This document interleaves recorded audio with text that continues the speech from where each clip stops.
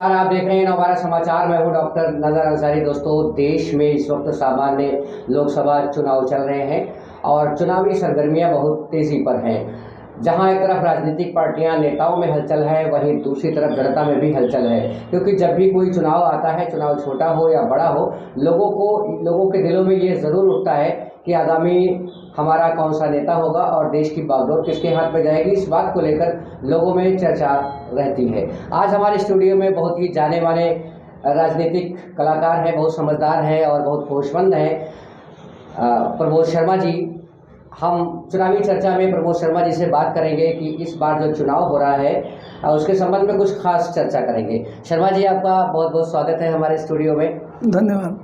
शर्मा जी, भारत में सामान्य लोकसभा निर्वाचन चल रहा है और ख़ास तौर से अगर देखा जाए तो देश में दो ही बड़ी पार्टियां हैं, एक भारतीय जनता पार्टी और दूसरी इस बार जिसको इंडिया गठबंधन कहा जाता है। कांग्रेस ने और कई दलों को मिला करके एक इंडिया गठबंधन बनाया है। ऐसा लोगों का मानना है कि ये दो ही पार्टियां हैं जो आगे पीछे हो रही हैं। कई बार ऐसा भी लोगों का कहना है कि इससे पहले चुनाव होते रहे हैं, हिंदू मुस्लिम के नाम पर होते रहे हैं। कई लोग कहते हैं कि इस बार भी हिंदू मुस्लिम के नाम पर है। तो इस बार जो चुनाव हो रहा है उसको आप कैसे देख रहे हैं सर? सबसे पहले तो ये देखा जाए कि जो बात आपने रखी कि दो पार्टियां हैं, तो पार्टियां दो तो कहीं दिखाई ही नहीं पड़ रही हैं। देश में जो भी चुनाव है, चूँकि देश का चुनाव है, विकास पे चुनाव लड़ा जा रहा है। भारतीय जनता पार्टी अपने किए गए कार्यों पर चुनाव लड़ रही है, तो पूरे देश में भाजपा की लहर है। और दूसरी पार्टी का अगर हम नाम लें तो दूसरी पार्टी कोई ऐसी है ही नहीं कि जो अपना नाम दे सके। एक इंडी गठबंधन जो बनाया, तो अब उस गठबंधन में कहा जाए तो कोई पार्टी तो मुझे नज़र नहीं आती। अच्छा, कहते हैं कि नहीं, ये इस चुनाव को आप क्या देख रहे हैं? हिंदू मुस्लिम के नाम पर इस बार चुनाव नहीं हो रहा है क्या? मुद्दों पर चुनाव हो रहा है? कैसे कैसे आप देख रहे हैं इसको? नहीं, हिंदू मुस्लिम से कोई मतलब नहीं है।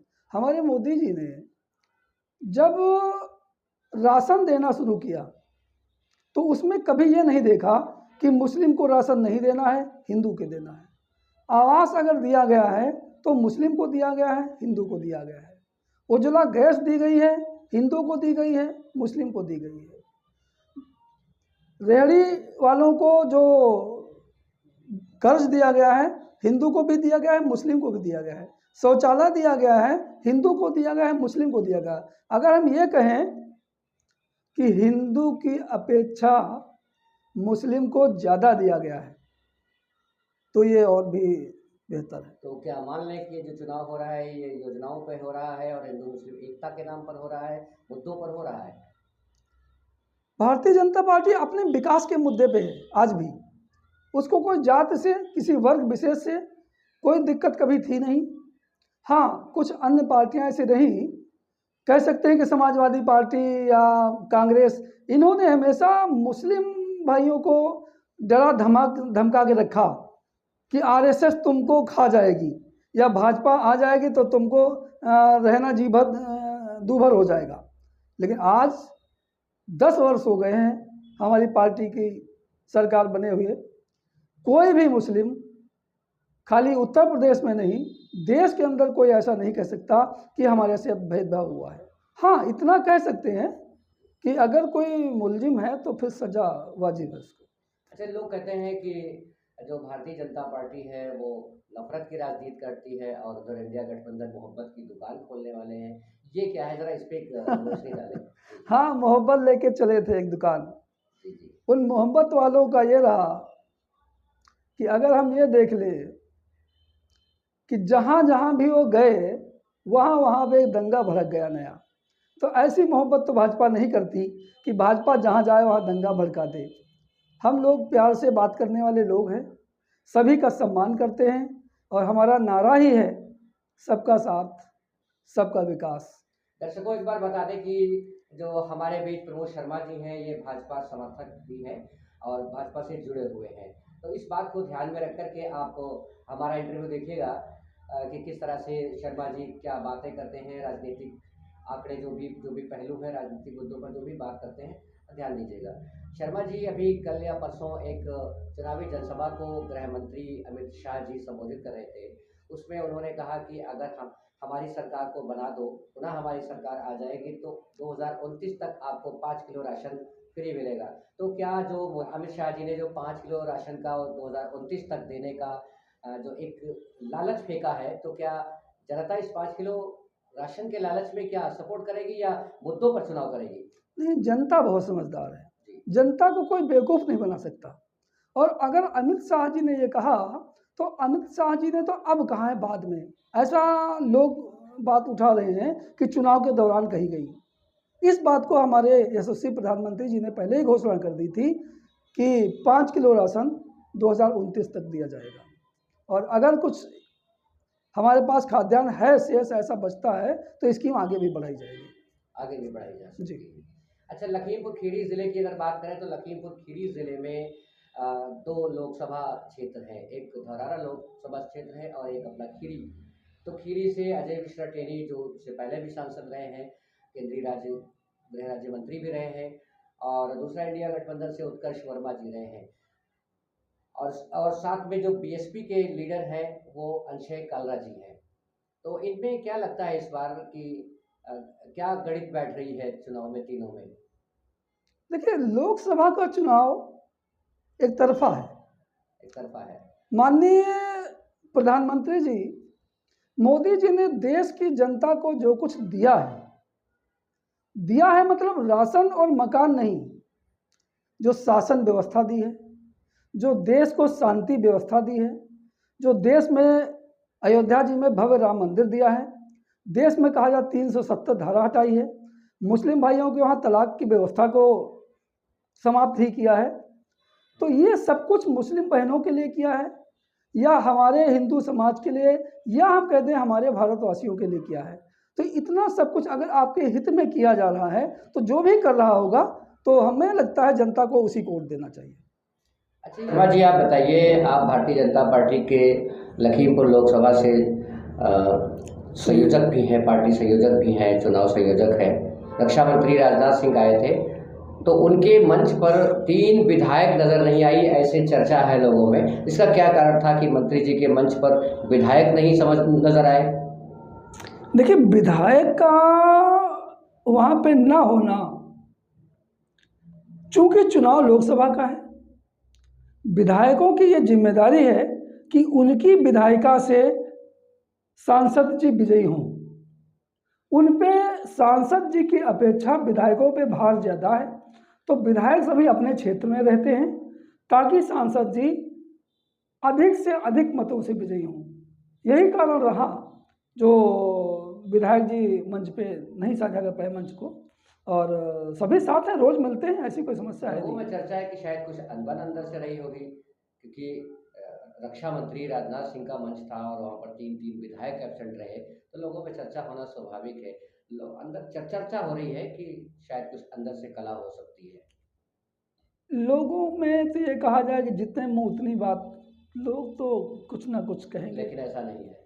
ऐसा कुछ नहीं है, हमारी पार्टी एक है, पार्टी के कार्यकर्ता एक हैं, और सारे लोग मेहनत कर रहे हैं कि सांसद जी को भारी मतों से विजयी बनाएंगे। ये अपने लखीमपुर लोकसभा सीट से जो अजय मिश्रा टेनी जी मैदान में हैं, हर बार होते हैं, और पिछली बार भी अच्छी लीड हुई थी, मंत्री भी बने। इस बार उनके ऊपर कुछ आरोप है निघासन कांड को लेकर के, तो क्या इसका कोई फर्क पड़ेगा इस चुनाव में उनके ऊपर? देखिए, निघासन कांड बात तो है, केस चल रहा है, उनके बेटे पे है, लेकिन माननीय सांसद जी के ऊपर ऐसा कोई आरोप नहीं है। हाँ, परिवार के लोग हैं, कहीं घटना हो सकती हुई हो, तो वो तो न्यायालय ही निर्णय करेगा कि सच क्या है, झूठ क्या है। नहीं, जनता के ऊपर इसका इलेक्शन में कोई फर्क नहीं पड़ेगा क्या? जनता टैनी महाराज को पहले से जानती है, जी जी। और चूंकि 2 बार जिता चुकी है, जो कुछ महाराज जी ने काम किए हैं उन्हीं को ध्यान में रखते हुए जनता वोट करेगी। अच्छा, दूसरा देखिए, गठबंधन में समाजवादी पार्टी और कांग्रेस पार्टी का जो जोड़ है अपने वहाँ लखीमपुर सीट पर, तो पूर्व सांसद और मंत्री, उनके साथ कांग्रेस के वरिष्ठ नेता जफर अली नकवी साहब भी हैं, और जो उनका अपना एरिया है, जो उनका अपना मामला है उत्कर्ष वर्मा जी का, तो ये दोनों एक साथ मिलकर के क्या लगता है आपको कुछ टेनी जी महाराज को नुकसान पहुंचा पाएंगे? एक कहावत कही जाती है कि दगी हुई कारतूस। नकवी साहब का तो अब तो कुछ मतलब बचा नकवी नहीं साहब है। को आप दगी हुई कारतूस बोलना चाहते हैं साफ शब्दों में या बोलना उत्कर्ष चाहते वर्मा हैं। जी को बोलना चाहते हैं? नहीं, नकवी साहब को ये साफ शब्दों में हम कह दें, अगर व्यक्तिगत ना कह दें तो उनकी पार्टी को कह दें कि वो तो दगी हुई कारतूस के समान ही है, उसमें कुछ बचा नहीं। हाँ, उत्कर्ष वर्मा जी के बारे में अगर हम ये कहें कि अभी यंग ब्लड हैं, मेहनत करें, मेहनत करनी चाहिए उन्हें, क्योंकि इस बार नहीं तो कभी हो सकता हो जाए, इस बार तो संभव नहीं।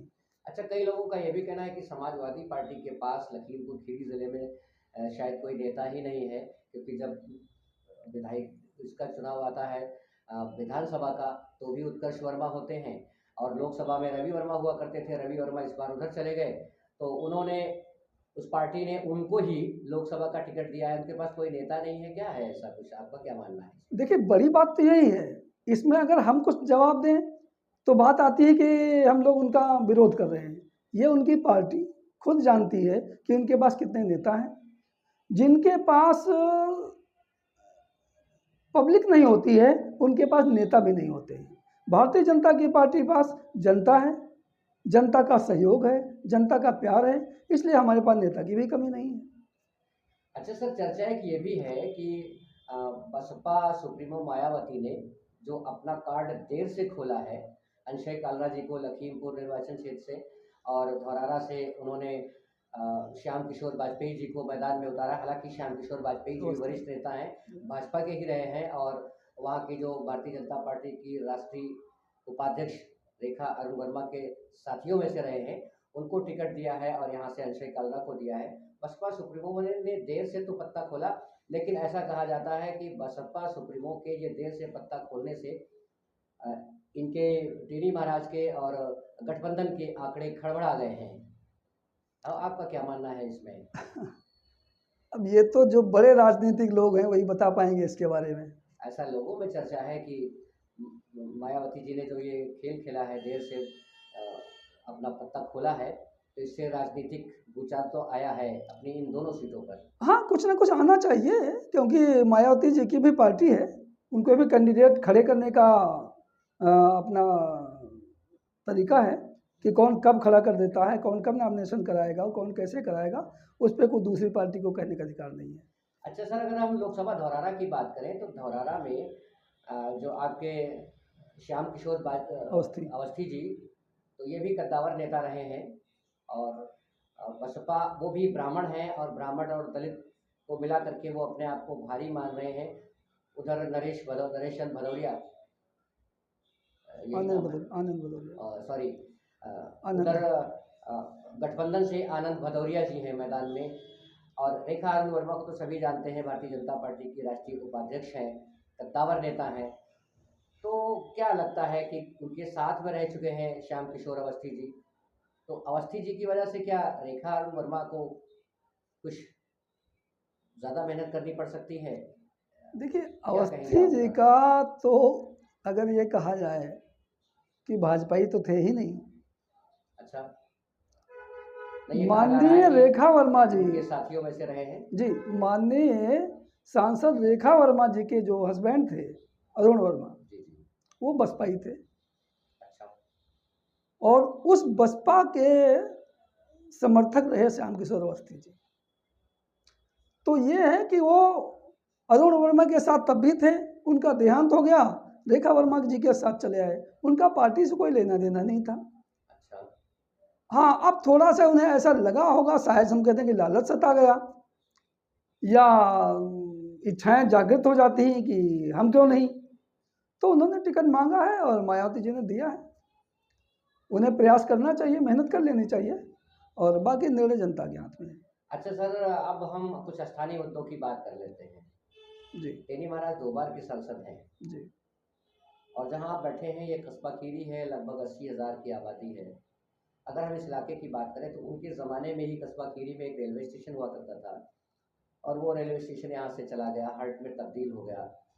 महाराज ने अगर प्रयास किया होता तो शायद ये 80,000 की जनता जो खीरी की है और आसपास के लोग जो यहाँ से फ़ायदा उठाते थे, तो शायद ये स्टेशन बच जाता। लेकिन महाराज ने कुछ ऐसा काम नहीं किया, ऐसा लोगों में चर्चा है। और भी बातें करें अगर कस्बा खीरी में, तो ज़्यादा उन्होंने खीरी कस्बे की तरफ मुड़कर नहीं देखा। तो खीरी के साथ टेनी महाराज ने ऐसा सौतेला व्यवहार क्यों किया? क्या इसका इस चुनाव पर कुछ फर्क पड़ेगा?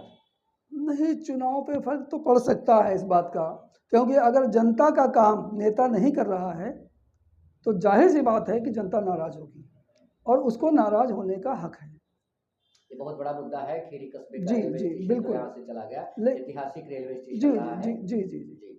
खीरी में जो ये स्टेशन का मुद्दा है, ये हम लोगों के नज़र में है और ये चुनाव संपन्न हो जाए, प्रयास किया जाएगा कि खीरी को पुनः स्टेशन बनाया जाए। अच्छी बात है।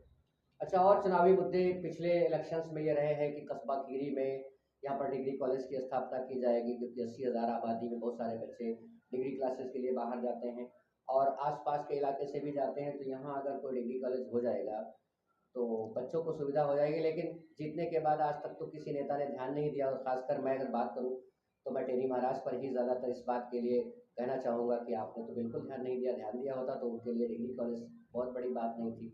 इसका भी ये भी चुनावी मुद्दा हो सकता है। बिल्कुल हो सकता है, और खीरी की जनता को डिग्री कॉलेज की अहम आवश्यकता है, ये बिल्कुल सच है। सांसद जी को इस पे, चलिए अगर हम मान लें कि 10 साल से वो नहीं ध्यान दे पाए, इस बार चुनाव जीत जाते हैं, जीतने के बाद उन्हें खीरी में एक डिग्री की स्थापना करनी चाहिए। देखिए, आपने विधायक को देख लीजिए, बीजेपी के विधायक हैं, पिछली बार भी थे, इस बार भी जी हैं जी जी और भारी मतों से वो जीतते रहे हैं। लेकिन कस्बा खीरी की तरफ तो ना विधायक ने, बीजेपी के विधायक ने ध्यान दिया और ना सांसद जी ने ध्यान दिया। तो ये कस्बा खीरी के साथ सौतेला व्यवहार तो है सर, इसको तो मान ही लीजिए। नहीं, ऐसा हम नहीं मान सकते, कि इसलिए नहीं मानेंगे क्योंकि प्रमुखता है खीरी के चेयरमैन की। अगर हमने, हमारी जनता ने एक अपना प्रतिनिधि बनाया है और हमारा प्रतिनिधि आगे बात नहीं ले जा पा रहा है, तो जब आपकी बात आगे जा ही नहीं रही है तो फिर आपका भला कैसे हो?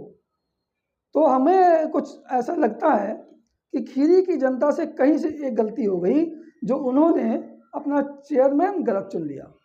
व्यक्तिगत तो गलत नहीं कहेंगे, लेकिन पार्टी बेस कह सकते हैं कि गलत पार्टी को चुन लिया। तो हम समझते हैं शायद इसीलिए कुछ विकास उतना हो नहीं पा रहा है। मतलब समाजवादी पार्टी के चेयरमैन हैं उज़मा बी खीरी से, और प्रदेश में और देश में सरकार भारतीय जनता पार्टी की है, सांसद और विधायक भी भारतीय जनता पार्टी है, तो शायद इस वजह से उनका सामंजस्य कुछ बन नहीं पा रहा है। शायद यही वजह हो सकती है विकास की। आप कहीं ये तो नहीं कहना चाहते? हाँ, अगर प्रदेश में, देश में और नगर में एक ही सरकार हो तो विकास ज़्यादा हो सकता है। जब पार्टियां अलग अलग होती हैं तो कुछ मतभेद तो पार्टियों का भी रहता है और कुछ मतभेद व्यक्तित्व रहता है उनका, कि जो अपनी बात नहीं पहुंचा पाते। और हमारी भाजपा सरकार में ऐसा नहीं है कि समाजवादी पार्टी का कोई आए और उसकी बात ना सुनी जाए, ऐसा नहीं है। लेकिन जब हमारे पास कोई आता नहीं है तो फिर हम लोग मजबूर हैं। वैसे मेरा भी यही मानना है, और ये होना भी चाहिए कि जब नेता चुन जाता है, हो जाता है, वो किसी भी पार्टी का हो, कुछ लोग वोट देते हैं, कुछ नहीं भी देते हैं, लेकिन जीतने के बाद तो पूरी जनता उनकी हो जाती है, पूरा क्षेत्र उनका हो जाता है। वो पार्टी को ध्यान में न रखते हुए बल्कि क्षेत्र और जनता के हित में काम करने की ज़रूरत रहती है। लेकिन ऐसा खीरी कस्बे में हुआ नहीं है। जी, ये नेताओं की गलती है, या जो भी चेयरमैन होता है उस चेयरमैन का ही प्रमुख दायित्व रहता है कि वो अपने कस्बे की जनता का ध्यान रखे। जो भी सुविधाएं वो अपने स्तर से मुहैया करा सकता है, कराना चाहिए, और नहीं करा सकता है तो अपनी बात को आगे भेजना चाहिए। अच्छा सर, एक क्वेश्चन और करेंगे। जैसे भारतीय जनता पार्टी इस बार 400 पार का आंकड़ा नारा दे रही है, सरकार तो 280 सीटों के आसपास ही बन जाती है। ये जो 400 का नारा है, ये क्या हो सकता है? इस चीज़ का क्या मतलब है? 400 पार का नारा बीजेपी कैसे दे रही है? 400 पार का नारा हम लोग इसलिए दे रहे हैं, वर्तमान सरकार में 303 सीटें हैं और कोई भी व्यक्ति पीछे नहीं जाना चाहता। यही हम भी चाहते हैं कि हम पीछे ना जाएं, आगे देखें, देश की जनता को आगे देखने के लिए प्रेरित करें, देश का विकास हो, जनता का विकास हो, इसलिए उन्हें 400 पार का नारा दिया जा रहा है। अच्छा सर, ये जो अपने लखीमपुर की 2 सीटें हैं, खीरी और धौरहरा, इन 2 सीटों पर आपको क्या लगता है कि दोनों सीटों पर आप आगे जा रहे हो या कहीं कुछ गड़बड़ लग रहा है, कहीं कुछ नैया उथल-पुथल कर रही है? नहीं, कहीं से नहीं, कहीं से कोई दूसरा है ही नहीं जिससे मुकाबला हो। भारतीय जनता पार्टी की दोनों सीटें पूर्ण बहुमत से जीतेंगी। बस थोड़ा समय बाकी रह गया है, आपके सामने होगा। आखिरी क्वेश्चन, जी। आप इस चैनल के माध्यम से अपने क्षेत्र की जनता और देश की जनता से क्या अपील करना चाहते हैं? हमारे यहाँ की जनता स्वयं में बहुत समझदार है, परंतु फिर भी हमारा अपील करना है कि अपने नेता को चुनते समय अपनी बिरादरी, अपनी रिश्तेदारी को ध्यान में न रखते हुए देश के विकास को ध्यान में रखा जाए और देश के विकास को ध्यान में रख करके ही वोट दिया जाए। बहुत शुक्रिया आपका। हमारे बीच प्रमोद शर्मा जी, जो भारतीय जनता पार्टी के समर्थक हैं और बहुत ही अच्छे राजनीतिक भी हैं। बहुत बात हो रही थी, आपने कहा कि कस्बा खीरी की अगर बात करें तो नेताओं ने इधर ध्यान तो नहीं दिया है, डिग्री कॉलेज भी होना चाहिए था, रेलवे स्टेशन चला गया, उस पर भी ध्यान नहीं दिया। आपने वादा किया है कि अगर इस बार जीते तो इस पर विशेष ध्यान दिया जाएगा और इसे लाने का काम किया जाएगा। और आपका भी मानना है कि नेता जीतने के बाद तो सभी का हो जाता है, उसमें जातिगत या व्यक्तिगत तरीके से कोई भेदभाव नहीं होना चाहिए। बने रहिए हमारे साथ, देखते रहिए हमारे समाचार। नमस्कार, बहुत शुक्रिया।